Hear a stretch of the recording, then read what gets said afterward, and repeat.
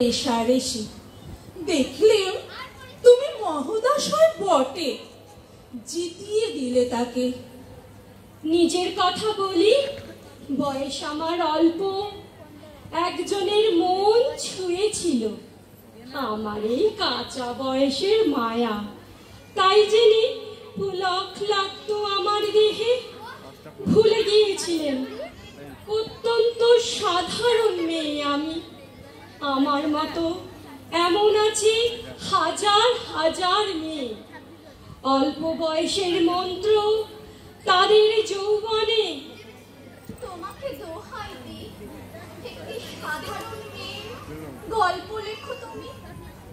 বড় দুঃখ তারও স্বভাবের গভীরে অসাধারণ যদি কিছু তলিয়ে থাকে কোথাও, কেমন করে প্রমাণ করবে সে?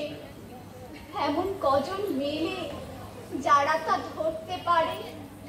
কাঁচা বয়সের জাদু লাগে ওদের চোখে, মন যায় না সত্যের খোঁজে। আমরা বিকিয়ে যাই মরিচিকার দামে। কথাটা কেন উঠল তা বলি। মনে করো তার নাম নরেশ, সে বলেছিল কেউ তার চোখে পড়েনি আমার মতো। এত বড় কথাটা বিশ্বাস করব যে সাহস হয় না, না করব যে এমন জোর কোন। একদিন সে গেল বিলেতে, চিঠিপত্র পাই কখনো বা। মনে মনে ভাবি, রাম রাম, এত মেয়েও আছে সে দেশে, এত তাদের ঠেলা ঠেলি ভিড়, আর তারা কি সবাই অসামান্য? এত বুদ্ধি, এত উজ্জ্বলতা, আর তারা কি সবাই আবিষ্কার করেছে এক নরেশ সেনকে, স্বদেশে যার পরিচয় চাপা ছিল 10-এর মধ্যে। গ্যালোমেলের চিঠিতে লিখেছে লিজির সঙ্গে গিয়েছিল সমুদ্রে নাইতে, বাঙালি কবির কবিতা কলাইন দিয়েছে তুলে, সেই যেখানে উর্বশী উঠছে সমুদ্র থেকে। তারপরে বালির পরে বসলো পাশাপাশি, সামনে দুলছে নীল সমুদ্রের ঢেউ, আকাশে ছড়ানো নির্মল সূর্যালোক। লিজি তাকে খুব আস্তে আস্তে বললে, এই সেদিন তুমি এসেছো, দুদিন পরে যাবে চলে। ঝিনুকের দুটি খোলা, মাঝখানটুকু ভরা থাক একটি নীলেট অশ্রুবিন্দু দিয়ে, দুর্লভ মূল্যহীন। কথা বলবার কি অসামান্য ভঙ্গি!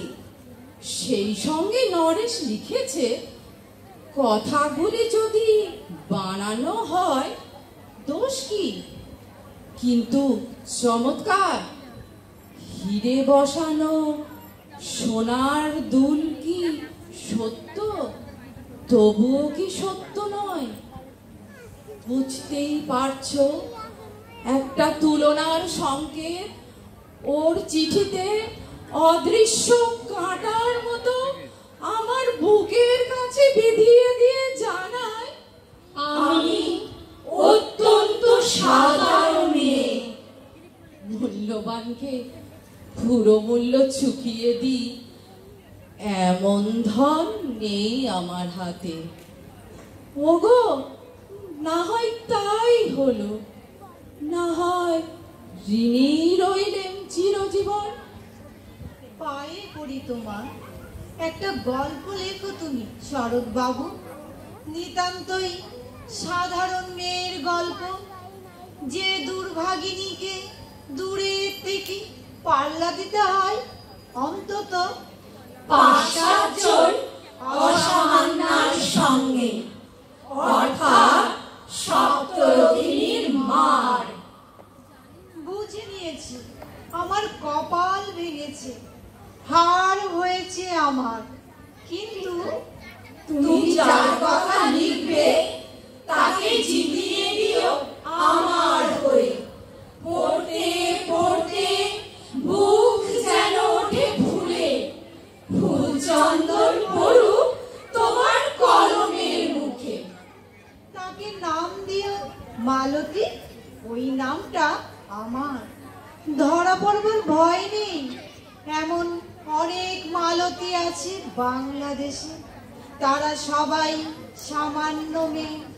তারা ফরাসি জার্মান জানে না, কাঁদতে জানে। কি করে জিতিয়ে দেবে? উচ্চ তোমার মন, তোমার লেখনী মহীয়সী। তুমি হয়তো ওকে নিয়ে যাবে ত্যাগের পথে, দুঃখের চরমে, শকুন্তলার মতো। দয়া করো আমাকে, নেমে এসো আমার সমতলে। বিছানায় শুয়ে শুয়ে রাত্রির অন্ধকারে দেবতার কাছে যে অসম্ভব বর মাগি, সে বর আমি পাবো না, কিন্তু পাই যেন তোমার নায়িকা। রাখো না কেন নরেশকে 7 বছর লন্ডনে, বারে বারে ফেল করুক তার পরীক্ষায়। আদরে থাক আপন উপাসিকা মণ্ডলীতে। ইতিমধ্যে মালতী পাশ করুক এমএ কলকাতা বিশ্ববিদ্যালয়ে। গণিতে হোক প্রথম, তোমার কলমের এক আঁচুড়ে। কিন্তু ওইখানেই যদি থামো, তোমার সাহিত্য সম্রাট নামে পড়বে কলঙ্ক। আমার দশা যাইব, খাটো করো না তোমার কল্পনা। তুমি তো কৃপণ নও বিধাতার মতো, মেয়েটাকে দাও পাঠিয়ে পুরোকে। সেখানে যারা জ্ঞানী, যারা বিদ্বান, যারা বীর, যারা কবি, যারা শিল্পী, যারা রাজা, দল বেঁধে আসুক ওর চারদিকে। জ্যোতির্বিদের মতো আবিষ্কার করুক ওকে, শুধু বিদুষী বলে নয়, নারী বলে। ওর মধ্যে যে বিশ্ববিজয়ী জাদু আছে, ধরা পড়ুক তার রহস্য। মোহের দেশে নয়, যে দেশে আছে সমুদ্র, আছে দরদি, আছে ইংরেজ, জার্মান, ফরাসি। মালতীর সম্মানের জন্যে সভা ডাকা হোক না, বড় বড় নামজাদার সভা। মনে করা যাক সেখানে বর্ষণ হচ্ছে মুষলধারে চাটুবাক্য। মাঝখান দিয়ে এসে চলেছে অবহেলায়, ঢেউয়ের ওপর দিয়ে যেন পালের নৌকা। ওর চোখ দেখে ওরা করছে কানাকানি। সবাই বলছে ভারতবর্ষের সজল মেঘ আর উজ্জ্বল রৌদ্র মিলেছে ওর মোহিনী দৃষ্টিতে। এইখানে জনান্তিকে বলে রাখি, সৃষ্টিকর্তার প্রসাদ সত্যই আছে আমার চোখে।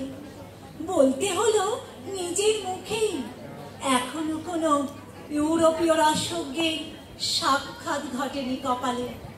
নরেশ এসে দাঁড়া সেই কোণে, আর তার সেই অসামান্য মেয়ের দল। আর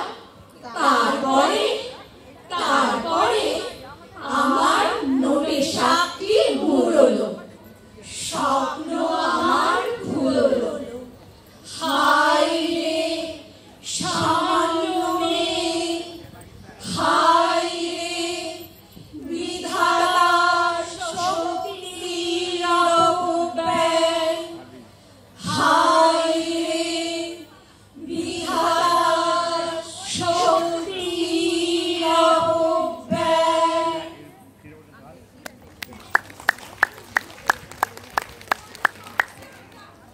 খুব সুন্দর। এবারে ডেকে নেবো